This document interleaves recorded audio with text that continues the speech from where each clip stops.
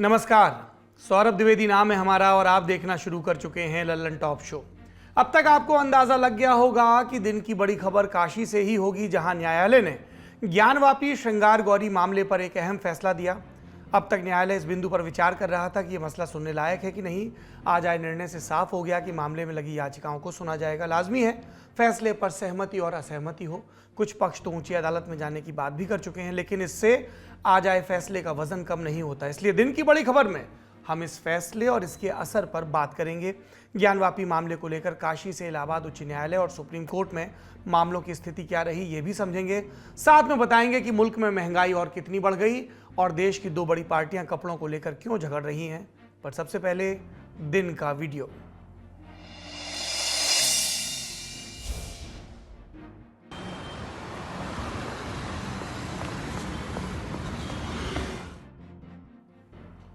ये डॉक्टर नंद कुमार हैं, मणिपाल अस्पताल में गैस्ट्रो सर्जन हैं, सेंट्रल बेंगलुरु इलाके में रहते हैं और यहाँ से इनका अस्पताल दूर पड़ता है। 30 अगस्त की बात है। डॉक्टर साहब को एक महिला की सर्जरी करनी थी। इसके लिए वो घर से निकले, लेकिन सरजपुर मरठल्ली रोड पर लगे ट्रैफिक जैम में फंस गए।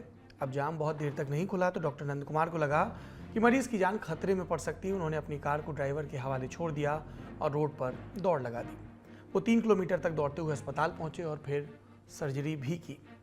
हम सब ने बेंगलुरु के ट्रैफिक पर बने मीम्स देखे हैं, ट्रैफिक की शिकायत करते लोगों के रैंट सुने हैं, लेकिन उसी बेंगलुरु में डॉक्टर नंद कुमार भी रहते हैं, जिनकी दौड़ हमें बताती है समस्याएं आती रहेंगी। हमारे पास 2 तरीके हैं, या तो हम कोसते रहें या फिर समाधान की तरफ देखें, चाहे उसके लिए थोड़ी अतिरिक्त मेहनत क्यों ना करनी पड़े। वैसे इस प्रसंग में एक राइडर भी लगाना चाहते हैं। डॉक्टर नंद कुमार की तारीफ का ये मतलब कतई नहीं है कि कर्नाटक सरकार या बेंगलुरु की नगर पालिका को बरी कर दिया गया हो। भारत की आईटी क्रांति जहां बसती है, उसकी सड़क पर इतनी जगह तो जरूर होनी चाहिए कि डॉक्टरों को दोपहर में 3-3 किलोमीटर दौड़ना न पड़े। यह था दिन का वीडियो। अब रुख करते हैं सुर्खियों का।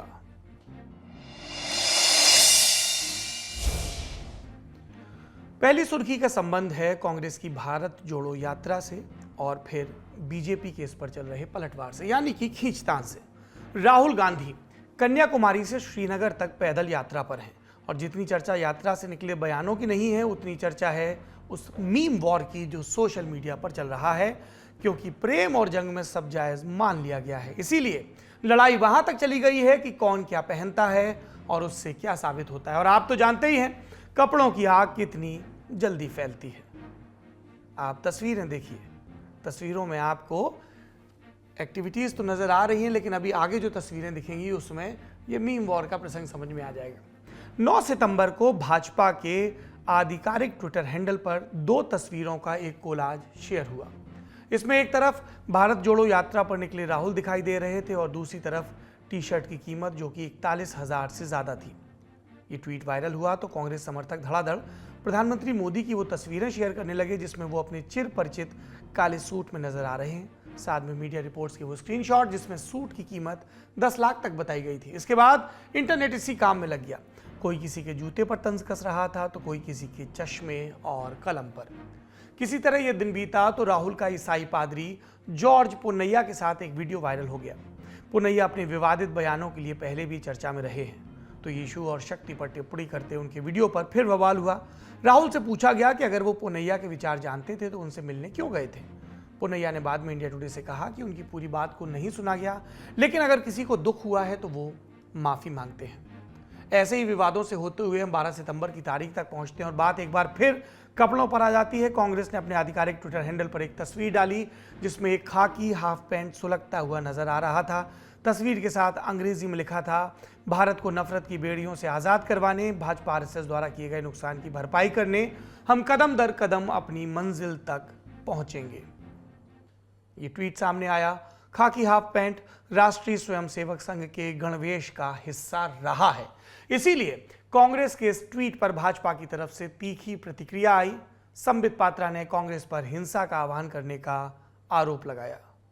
This was tweeted by the Congress party today morning for their Bharat Jodo Yatra. The picture that has been shown in this tweet is this. यह तस्वीर भारतीय जनता पार्टी आरएसएस को रिप्रेजेंट करते हुए कांग्रेस पार्टी ने ट्वीट किया है और इसमें आग जलते हुए दिखाया गया है। आगजनी का दृश्य है ये। This is nothing but instigating people for violence. Congress की ओर से प्रेस कॉन्फ्रेंस करने आए जयराम रमेश ने इन आरोपों पर यह प्रतिक्रिया दी। ये एक दर्शाता है, अगर कंटेनर के बारे में मुद्दा बनाना चाहते हैं, टी शर्ट के बारे में मुद्दा बनाना चाहते हैं, जूतों के बारे में इसको मुद्दा बनाना चाहते हैं, तो ये बिल्कुल साफ है कि ये घबराए हुए हैं, ये परेशान हैं और कुछ भी बोल देते हैं। झूठ की फैक्ट्री तो बिल्कुल ओवर टाइम चल रही है अभी, और खास तौर से सोशल मीडिया पर। अगली सुर्खी का ताल्लुक है नागरिकता संशोधन कानून सीएए को मिली कानूनी चुनौती से। दर्शक जानते ही हैं कि दिसंबर 2019 में यह कानून संसद से पास हो गया था और जनवरी 2020 में अधिसूचित भी कर दिया गया था, लेकिन दिल्ली, यूपी और पूर्वोत्तर में लंबे वक्त तक इस कानून का विरोध चलता रहा। आखिरकार कोरोना महामारी के आने पर प्रदर्शन रुके, लेकिन सरकार ने स्थिति को भांपते हुए कभी कानून लागू करने के लिए नियम नहीं बनाए। दूसरी तरफ कानून के खिलाफ सुप्रीम कोर्ट में भी याचिकाएं लगती रहीं। मुख्य याचिकाकर्ता कौन है? इंडियन यूनियन मुस्लिम लीग आईयूएमएल के अलावा 218 और याचिकाकर्ता हैं, जिसमें एआईएमआईएम के अध्यक्ष असदुद्दीन ओवैसी, कांग्रेस नेता जयराम रमेश और तृणमूल नेता महुआ मोइत्रा और केरल सरकार भी शामिल हैं। आज सीजेआई यूयू ललित और जस्टिस एस रविंद्र भट्ट की बेंच ने पूरी 219 याचिकाओं पर सुनवाई की। सीए कानून भारत के नज़दीकी देशों में धार्मिक प्रताड़ना झेल रहे लोगों को भारत की नागरिकता देने की बात करता है, लेकिन सारे धर्मों के नहीं। इसलिए सीए को प्रमुख चुनौती संविधान में निहित अनुच्छेद 14 के आधार पर दी गई। अनुच्छेद 14 कहता है भारत की सीमाओं के भीतर हर व्यक्ति कानून के सामने बराबर होगा और उसे कानून से बराबर संरक्षण मिलेगा। राज्य इस हक के आड़े नहीं आ सकता। धर्म, नस्ल, जाति, लिंग या जन्म के स्थान को आधार बनाकर पक्षपात करना वर्जित है। सरकार का तर्क यह है कि उसने प्रताड़ित शरणार्थियों को नागरिकता देने का फैसला लेकर संविधान सम्मत काम किया, इसलिए सीएए को अनुच्छेद 14 के खिलाफ नहीं माना जा सकता। आज सुनवाई शुरू होते ही सरकार की तरफ से पेश हुए सॉलिसिटर जनरल और उन्होंने कहा, कई याचिकाओं में समस्याएं, हमने कुछ का जवाब दाखिल किया है, कुछ में नहीं कर पाए, इसलिए हमें और वक्त चाहिए। इसके बाद बेंच और वकीलों के बीच इस बात को लेकर चर्चा हुई कि इतनी बड़ी संख्या में लगाई गई याचिकाओं को किस तरह वर्गीकृत किया जाए, क्योंकि तभी व्यवस्थित तरीके से सुनवाई संभव हो पाएगी। आईयूएमएल की तरफ से पेश हुए वकील कपिल सिब्बल ने कहा कि वो सॉलिसिटर जनरल के साथ मिलकर ये काम करने को तैयार हैं। कुछ देर चर्चा के बाद बेंच ने कहा कि सॉलिसिटर जनरल का दफ्तर याचिकाओं में कानून को दी गई चुनौतियों का वर्गीकरण कर ले और उन्हें अलग अलग सेगमेंट में बांट ले। फिर इन सेगमेंट्स को आधार बनाकर केंद्र सरकार 4 हफ्तों के भीतर अपनी तरफ से जवाब दाखिल करे। मामले में अगली सुनवाई होगी 19 सितंबर को। अगली सुर्खी आम आदमी पार्टी के एक दावे और गुजरात पुलिस के इनकार से जुड़ी है। दरअसल अरविंद केजरीवाल 2 दिन के दौरे पर 11 सितंबर को अहमदाबाद पहुंचे।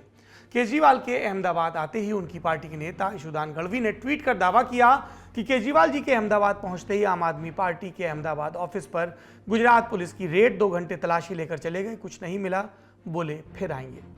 आम आदमी पार्टी के दफ्तर में पुलिस की रेड के दावे को हवा तब लगी जब खुद केजरीवाल ने ईशुदान गढ़वी के ट्वीट को रीट्वीट करते हुए लिखा, दिल्ली के बाद अब गुजरात में भी रेड करनी शुरू कर दी। दिल्ली में कुछ नहीं मिला, गुजरात में भी कुछ नहीं मिला।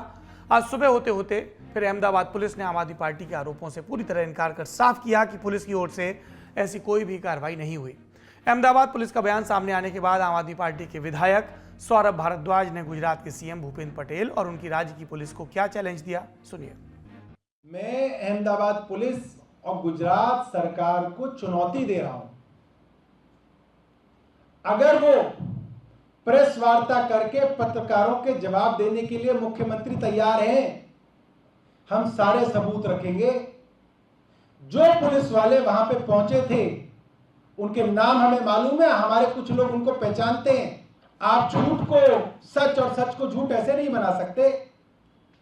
गुजरात के मुख्यमंत्री ये वादा करें, हम सबूत रखेंगे, वो प्रेस वार्ता के अंदर उसका जवाब जरूर दें, भाग ना जाए। हम सबूत रखने के लिए तैयार हैं और हम ये चुनौती देते हैं। आम आदमी पार्टी का आरोप है कि अहमदाबाद पुलिस सिविल ड्रेस पहनकर छापेमारी करने आई थी। वहीं बीजेपी आम आदमी पार्टी पर झूठ के आधार पर राजनीति करने के आरोप लगा रही है। गुजरात में विधानसभा चुनाव नजदीक है, ऐसे में आम आदमी पार्टी छापा शब्द को कीवर्ड बनाने की कोशिश में है। दर्शक जानते हैं, इससे पहले सत्येंद्र जैन और मनीष सिसोदिया जैसे कद्दावर आप नेता भी छापों की जद में आ चुके हैं। चौथी सुर्खी सोनाली फोगाट मर्डर केस से जुड़ी है। इस केस की जांच अब सीबीआई करेगी। गोवा के मुख्यमंत्री प्रमोद सावंत ने गृह मंत्री अमित शाह को चिट्ठी लिखकर मामले की जांच सीबीआई से कराने की सिफारिश की थी। आज इस बाबत मंजूरी आ गई। प्रमोद सावंत का कहना है कि गोवा पुलिस को तफ्तीश में कई अहम सुराग हाथ लगे, लेकिन सोनाली फोगाट की बेटी और उनका परिवार सीबीआई से जांच करवाना चाहता है। इस मांग का सम्मान किया जा रहा है। इस सब पर सोनाली के परिवार का कहना है कि गोवा पुलिस प्रॉपर्टी के एंगल से जांच कर रही थी, जबकि मामले में और भी एंगल है। 11 सितंबर को हरियाणा के हिसार में सर्वखाप महापंचायत का भी आयोजन हुआ था, जिसमें खाप की ओर से सरकार को 23 सितंबर तक सीबीआई जांच की सिफारिश करने का अल्टीमेटम दिया गया था। 23 अगस्त को गोवा में सोनाली फोगाट की मौत हो गई थी। गोवा पुलिस ने पहले सोनाली फोगाट की मौत का कारण हार्ट अटैक बताया, लेकिन पोस्टमार्टम रिपोर्ट आने और परिवार के दबाव के बाद हत्या का मामला दर्ज किया था। पुलिस ने इस मामले में अब तक 5 लोगों को गिरफ्तार किया है। सोनाली फोगाट के पीए सुधीर और सुखविंदर केस में मुख्य आरोपी है। आखिरी सुर्खी का संबंध है महंगाई के आंकड़ों से। भारत सरकार ने आज अगस्त 2022 के लिए खुदरा महंगाई के आंकड़े जारी कर दिए। इनके मुताबिक अगस्त में खुदरा महंगाई बढ़कर 7% तक पहुंच गई। दर्शक जानते हैं, भारतीय रिजर्व बैंक महंगाई को 4% के आसपास चाहता है। अगर 4% की आदर्श स्थिति कायम न रह पाए तो ये प्रयास किया जाता है कि महंगाई 6% की ऊपरी सीमा को न लांघे, लेकिन पिछले 8 महीने से लगातार महंगाई 6% के ऊपर बनी हुई है। अगस्त में स्थिति और खराब हुई, क्योंकि महंगाई जुलाई 2022 के 6.71% से बढ़कर 7% हो गई। महंगाई का सबसे बड़ा कारण अब भी ईंधन की अधिक कीमतें ही हैं। बीते साल की तुलना में अगस्त में ईंधन 10.78% महंगा था। खाने पीने की चीजें भी 7.57% महंगी हुई। ईंधन की कीमतों के पीछे पहले रूस यूक्रेन युद्ध को कारण बताया गया, लेकिन जून 2022 के बाद से अंतर्राष्ट्रीय बाजार में कच्चे तेल की कीमतें लगातार गिरी हैं। तब भी अगर सरकार के आंकड़ों के मुताबिक ईंधन के ही चलते खुदरा महंगाई ज्यादा बनी है, तो इसका यही मतलब है कि तेल की गिरती कीमतों का फायदा ग्राहकों तक नहीं पहुंच रहा है। ये थी सुर्खियां। अब चलते हैं दिन की बड़ी खबर की तरफ।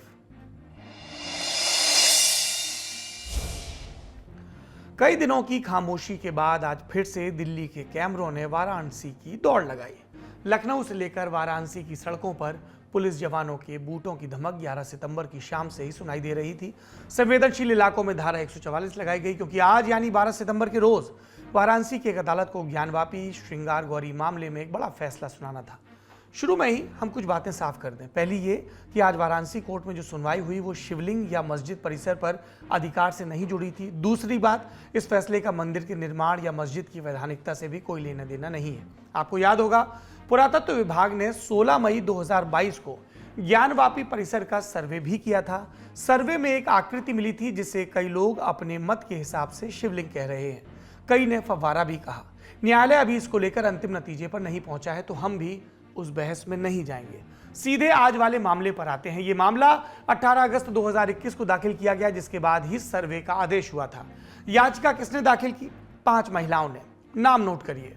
रेखा पाठक, जो मूलतः वाराणसी की हैं, राखी सिंह, जो दिल्ली की रहने वाली हैं, लक्ष्मी देवी, जो बनारस की रहने वाली हैं, सीता साहू, ये भी बनारस की हैं, और मंजू व्यास, ये भी काशी के ही रामघाट मोहल्ले से हैं।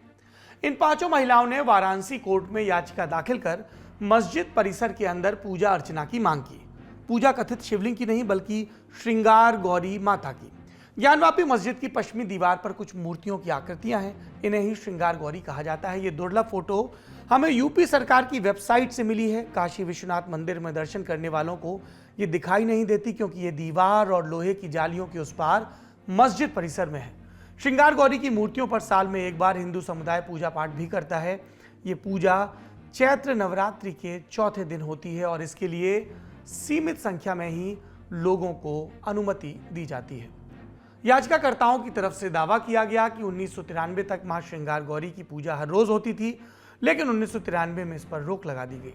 कोर्ट में 1993 तक होने वाली पूजा के प्रमाण भी दिए गए, जिसे कोर्ट ने स्वीकार कर लिया। दावा है कि वहां श्रृंगार गौरी के अलावा भगवान गणेश और हनुमान की भी मूर्तियां हैं।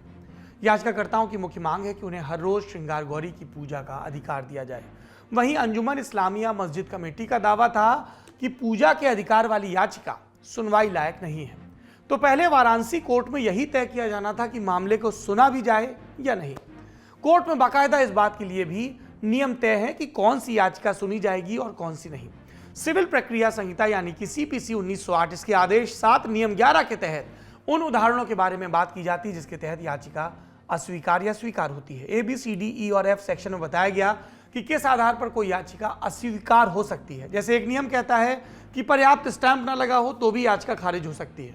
इसके डी सेक्शन में बताया गया कि अगर याचिका में दिए गए बयान किसी कानून के तहत वर्जित हों तो उस याचिका की सुनवाई नहीं होगी। इसी को आगे रखते हुए अंजुमन कमेटी ने याचिका को अस्वीकार करने की मांग रखी। अंजुमन कमेटी की तरफ से कुल 3 कानूनों का हवाला देते हुए कहा गया कि याचिका में की गई मांग सही नहीं है। कौन से कानून है ये? पहला 1991 का प्लेसेस ऑफ वर्शिप एक्ट, दूसरा वक्फ बोर्ड अधिनियम 1995 और तीसरा 1983 का उत्तर प्रदेश काशी विश्वनाथ मंदिर एक्ट। 1991 का प्लेसेस ऑफ वर्शिप एक्ट यानी उपासना स्थल कानून, इस कानून को 1991 में प्रधानमंत्री पीवी नरसिम्हा राव की कांग्रेस सरकार के समय बनाया गया। कानून के तहत 15 अगस्त 1947 से पहले मौजूद किसी भी धर्म के उपासना स्थल को किसी दूसरे धर्म के उपासना स्थल में नहीं बदला जा सकता। इस कानून में कहा गया कि अगर कोई ऐसा करता है तो उसे जेल भेजा जा सकता है। इसके मुताबिक आज़ादी के समय जो धार्मिक स्थल जैसा था वैसा ही रहेगा। इसके 7/11 नियम में विस्तार से धर्म स्थलों के नेचर पर लिखा गया। ये 7/11 नियम क्या है? दरअसल इसके तहत ये बताया गया कि उपासना स्थल अधिनियम 1991 के संदर्भ में सीपीसी का आदेश 7 नियम 11 कैसे लागू होगा। इस नियम के मुताबिक किसी भी धार्मिक स्थल पर दूसरे पक्ष के दावे से संबंधित याचिकाएं नहीं लगाई जा सकती, यानी किसी धार्मिक स्थल की प्रकृति और स्थिति को बदलने की याचिका सीधे अदालत में दाखिल नहीं होगी, क्योंकि उस याचिका पर सुनवाई ही नहीं होगी। इसी नियम का हवाला देते हुए मुस्लिम पक्ष ने याचिका खारिज करने को कहा। हालांकि ये कानून और सीपीसी के नियम किसी धार्मिक स्थल की प्रकृति और स्थिति की पहचान के लिए कोई जांच कमीशन का गठन या सर्वेक्षण कराने से नहीं रोकता। ये टिप्पणी बीते दिनों सुप्रीम कोर्ट से हुई थी। दूसरा कानून वक्फ बोर्ड अधिनियम 1995, जिसके तहत ज्ञानवापी मस्जिद को वक्फ बोर्ड की संपत्ति बताया गया, यानी बोर्ड ज्ञानवापी को मस्जिद के तौर पर मान्यता देता है। इससे संबंधित अधिकार UP Sunni central board of Waqf Lucknow को है। ऐसे में इस अदालत को सुनवाई का क्षेत्राधिकार नहीं, ये दलील दी गई। तीसरी दलील 1983 का उत्तर प्रदेश काशी विश्वनाथ मंदिर एक्ट, जिसके तहत संपूर्ण काशी विश्वनाथ मंदिर परिसर की देखरेख के लिए बोर्ड ऑफ ट्रस्टी बनाने का प्रावधान है और बोर्ड ऑफ ट्रस्टी को ही श्री काशी विश्वनाथ मंदिर और उसके परिसर के देवी देवताओं के प्रबंध का अधिकार मिला है। दावा किया गया कि श्रृंगार गौरी उस दायरे में नहीं आता। पूरी दलील सुनने के बाद वाराणसी कोर्ट के जज अजय कृष्ण विश्वेश ने 24 अगस्त को फैसला सुरक्षित कर लिया था। फैसले का वक्त आया तो कोर्ट रूम में कुल 62 लोगों को मौजूद रहने की अनुमति मिली। हिंदू पक्ष की तरफ से 6 वकील, मुस्लिम पक्ष की तरफ से 5 वकील, ये 2 टीमें थी। महिला याचियों की तरफ से अलग अलग वकील नियुक्त थे।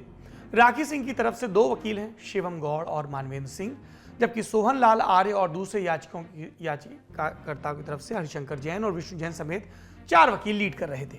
फैसला हिंदू पक्ष के पक्ष में आया। ये बात आपको टीवी या अन्य माध्यमों से पता चल गई होगी। हम अब तक आपको केस की बारीकियों के बारे में बता रहे थे, अब फैसले के मुख्य बिंदुओं को भी जान लेते हैं। पहला, कोर्ट ने कहा कि हिंदू पक्ष की ओर से दायर याचिका में श्रृंगार गौरी की पूजा का अधिकार मांगा गया था। ये याचिका मेरिट के बेसिस पर सुनवाई के लायक है। दूसरा, कोर्ट ने कहा कि इस मामले पर सुनवाई पूजा स्थल अधिनियम 1991, वक्फ एक्ट 1995 और यूपी श्री काशी विश्वनाथ मंदिर एक्ट 1983, इन तीनों में किसी भी कानून के तहत वर्जित नहीं है। मतलब मुस्लिम पक्ष जिन 3 कानूनों के तहत राहत चाहता था वो उसे नहीं मिली, अतः उसके दावे को खारिज किया जाता है। कोर्ट ने 22 सितंबर तक दोनों पक्षों को लिखित में अपने जवाब दाखिल करने को कहा है। इस मामले पर अगली सुनवाई 22 सितंबर से शुरू होगी। कोर्ट के फैसले के बाद अब मामले की सुनवाई होगी। हिंदू पक्ष की तरफ से मूर्तियों की मौजूदगी और पहले के वर्षों में पूजा पाठ होने के सबूत पेश किए जाएंगे। ये मामला इसलिए भी 1991 में उपासना कानून के दायरे में नहीं आया क्योंकि यहाँ जगह के नेचर को बदलने की बात नहीं है।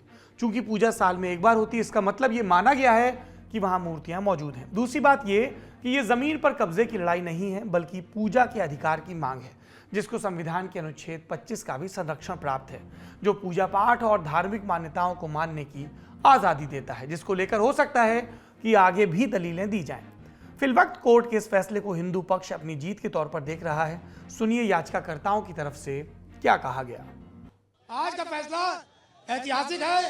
हिंदू समाज और हिंदुओं के लिए आने वाले वर्षों तक ये फैसला याद किया जाएगा और इस फैसले से जो हिंदू धर्म में जो हिंदुओं की जो संपत्तियां कब्जा कर ली गई थी, मंदिर तोड़ दिए गए थे, उनको वापस लेने का हमको मौका मिलेगा और हम आगे बढ़ेंगे। साहब ने अपने फैसले में कहा क्या है? कोर्ट ने ये कहा है कि हमारे सारे आर्गुमेंट जो भी दिए थे सबको माना है।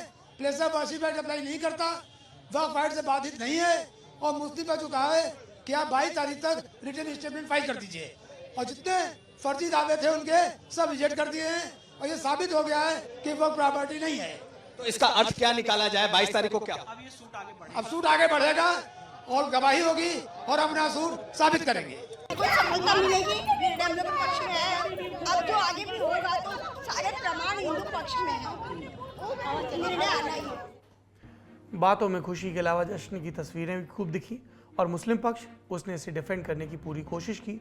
मामले को सुप्रीम कोर्ट तक ले गए। सुप्रीम कोर्ट ने कह दिया था कि पहले वाराणसी कोर्ट इस पर तय करे। पूजा का अधिकार अभी नहीं मिला है, मगर यह तय हो गया है कि इस पर सुनवाई होगी। मुस्लिम पक्ष के पास विकल्प है कि वो वाराणसी कोर्ट के इस फैसले के खिलाफ इलाहाबाद हाई कोर्ट जाए। सुनिए उनके वकील ने क्या कहा। अगला कदम हमारा होगा, हम इसके आगे जाएंगे हाई कोर्ट, अपील करेंगे इस आर्डर पर।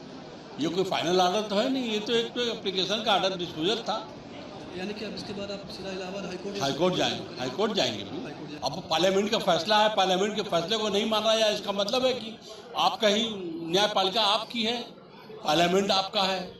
आप पार्लियामेंट में बनाएंगे, आर्डर बनाएंगे, कॉन्स्टिट्यूशन पास करेंगे, उसके बाद कह देंगे नहीं हम नहीं मानेंगे, अब सब लोग बिक जाओ हमारे हाथ। मुस्लिम पक्ष को आशंका है कि पूजा का अधिकार मिला तो धीरे धीरे हिंदू पक्ष का दावा मजबूत होता जाएगा। अब ये मामला इलाहाबाद हाई कोर्ट जाता है या नहीं, ये तो जज साहिबान तय करेंगे, लेकिन ज्ञानवापी मस्जिद से जुड़ा एक मामला पहले से ही इलाहाबाद हाई कोर्ट में चल रहा है। ज्ञानवापी के साथ बरसों पुराना ये विवाद नत्थी है कि वो मस्जिद मंदिर को तोड़कर बनाई गई है। हालांकि मुस्लिम पक्ष हमेशा इस बात से इनकार करता रहा है। इसी को लेकर 90 के दशक में कानूनी विवाद चलते रहे। 1998 में इलाहाबाद हाई कोर्ट ने मामले का आंशिक पटाक्षेप करते हुए सुनवाई से इनकार कर दिया था। एक तरह से ज्ञानवापी मस्जिद को 1991 के प्लेसेस ऑफ वर्शिप एक्ट का संरक्षण दे दिया था। अब इस कानून को भी सुप्रीम कोर्ट में चुनौती दी जा चुकी है। खैर, आज जब सारे कैमरे वाराणसी की तरफ घूमे थे, तब इलाहाबाद हाई कोर्ट में भी सुनवाई हुई।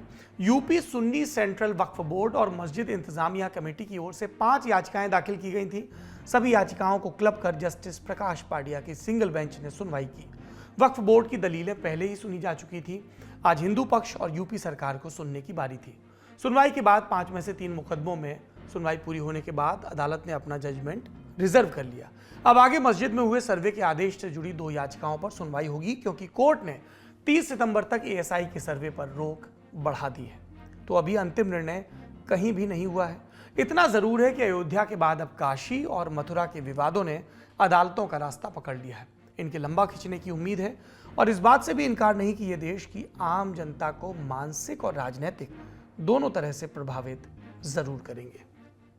आज का लल्लन टॉप शो यहीं समाप्त होता है, पर एक अनुरोध के साथ। लल्लन टॉप का सबसे ठेठ, सबसे खुरदुरा और सबसे बिगड़ैल भी कुछ की नजर में बेबी आ गया है, बाजा, हमारा पॉडकास्ट। इसे सुनने के लिए डाउनलोड करें लल्लन टॉप की ऐप, और जो पॉडकास्ट सुने एक ग्रामीण का बयान और बहुत सारी चीजें, तो फिर अपनी प्रतिक्रिया से भी जरूर अवगत करवाएं।